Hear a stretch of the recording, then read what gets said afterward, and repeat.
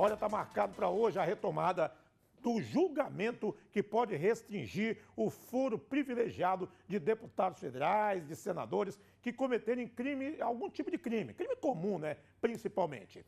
Suelen Araújo vai trazer todas as informações. Isso tinha que acabar no Brasil, né? Afinal de contas, todos nós somos iguais perante a lei.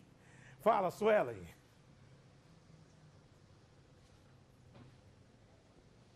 É o que diz também a Constituição Federal, né, Eduardo? Olha só, essa novela aí do foro privilegiado já tem um tempão, viu? Quase um ano. Começou o ano passado. No dia 31 de maio foi proposto aí essa votação, o julgamento, mas aí o ministro Alexandre de Moraes pediu vista do processo. Ou seja, pediu mais um tempinho para analisar a questão antes de votar.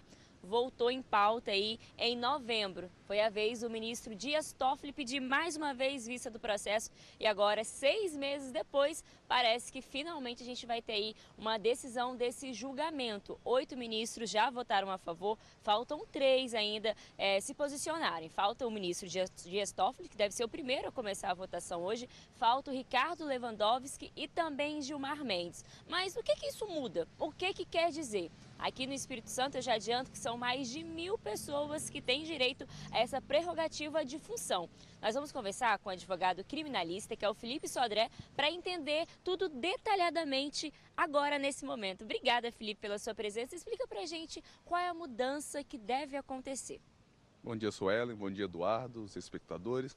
A mudança que está sendo proposta no STF é que, a partir do entendimento do voto do relator, o ministro Luiz Roberto Barroso, é de que o Supremo Tribunal Federal não seria mais competente para julgar ações penais relativas a crimes que não sejam estritamente relacionados ao exercício da função de deputados, senadores e outros membros que a Constituição prevê que tem julgamento especial no Supremo Tribunal Federal. São vários, né? Tem juízes, desembargadores, a gente fala de parlamentares, senadores e deputados federais, mas é amplo, né? Isso.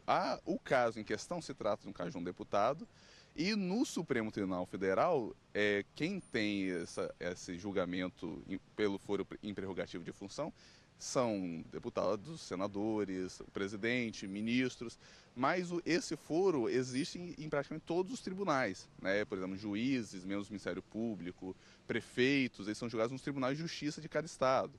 Governadores são julgados pelo Superior Tribunal de Justiça. Membros, por exemplo, das Forças Armadas, comandantes, são julgados ou pelo STF ou pelo Superior Tribunal Militar. Então, é uma vasta gama de pessoas, né, que hoje no Brasil está beirando os 55 mil, que são julgados em diversos tribunais diferenciados, né, em razão das funções que eles ocupam. Para a gente dar exemplo, mais ou menos assim, ver se eu entendi direitinho. Um deputado federal cometeu um crime no trânsito. Antigamente ele iria para o STF, agora vai para a primeira instância, um juizado comum, né? Perfeitamente. Hoje a Constituição ela não estabelece literalmente, né, não faz nenhuma diferenciação entre os crimes cometidos no cargo e os crimes comuns. Então a prática que vem sido desde 1988 é de que o STF, né, no caso de deputados e senadores, por exemplo, julguem esses casos, né, indistintamente.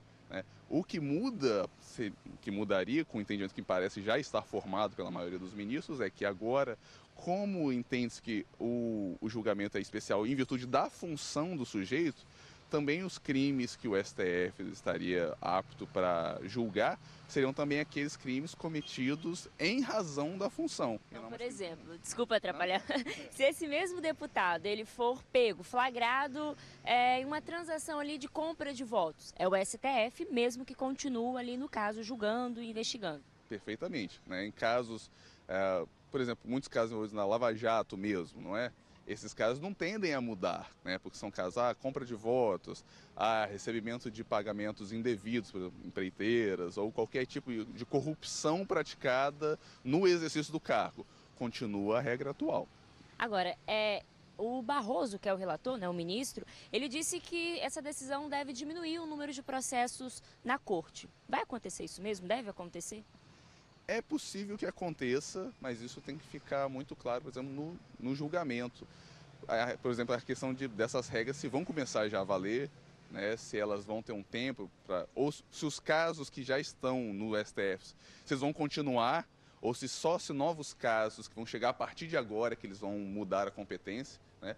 Mas se realmente mudar, é bem possível que haja uma grande diminuição dos casos, né?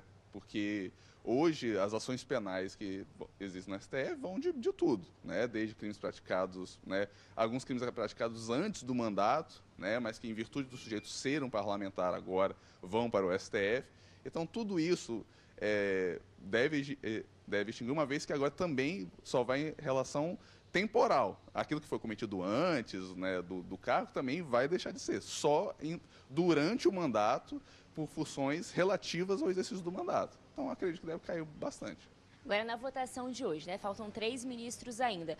Todo o entendimento acerca do caso também pode ser proposto. Prazo de vigência, se novos investigados passam a ter esse direito, ou se já abrange quem também já tem um tempo de investigação. Tudo isso hoje. A gente tem que ficar atento porque a decisão deve sair hoje, se ninguém pedir vista, né? Isso. Se não tiver nenhum novo pedido de vista, né, a decisão sai hoje. E é importante que isso aconteça no final da decisão, que os 11 ministros entrem em acordo sobre os efeitos que essa decisão terá. Não basta decidir, que no caso, né, vai ter ou não uma mudança da fixação da competência, mas essa decisão, primeiro, vai valer só para aquele caso, vai valer para todos os casos. Segundo, valendo para todos os casos, vai valer a partir de agora, vai valer com um prazo temporal. O STF tem poder para decidir a respeito dessas questões e para gerar segurança jurídica para as pessoas que estão em casa mesmo e sabem desse julgamento. Okay. É bom que tudo fique às claras. Tem parlamentar preocupado, né? Com certeza. É um impacto muito grande que pode atingir, né, não só, e que pode gerar um efeito, né, cascata, que a partir de agora, né, se o STF entender que essa mudança é válida para deputados, senadores e outros, né, que funcionam no STF, nada impede que o STJ, Perfeito. Que os tribunais de justiça façam uma interpretação semelhante e passam também a julgar aqueles, né, sob a sua alçada, sob o mesmo critério. Ok, doutor Felipe, obrigada por conversar com a gente. Só para esclarecer, porque tem muita gente que fica em dúvida sobre a PEC, que tem uma PEC também que tramita na Câmara dos Deputados sobre o caso. PEC que é uma proposta de emenda à Constituição. Essa PEC está parada por causa da intervenção federal no Rio de Janeiro. A Constituição diz que enquanto existir algum tipo de intervenção federal, não pode ter nenhum tipo de votação na Câmara, mas essa PEC, já proposta na Câmara dos Deputados, é um pouquinho mais ampla, viu? Tira o foro privilegiado de muita gente e deixa apenas para presidente da República, vice-presidente, presidente do Senado, presidente da Câmara e presidente do Superior Tribunal Federal, Eduardo. Obrigado, Suelen.